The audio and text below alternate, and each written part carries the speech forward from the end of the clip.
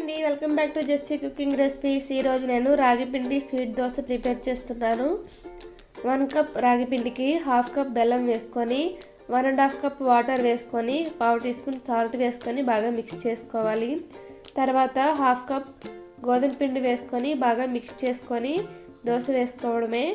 Stove on చేసి pan పెట్టుకొని గీ వేసుకొని దోశ వేసుకొని రెండు వైపులా మీడియం ఫ్లేమ్లో కాల్చుకోవాలి.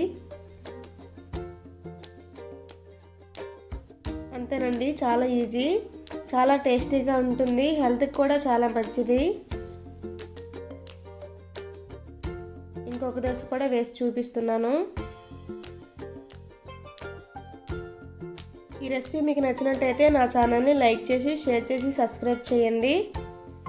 ఫుల్ వీడియో కావాలంటే నా ఛానల్లోకి వెళ్ళి ఒకసారి చూసి ట్రై చేయండి. Thank you for watching.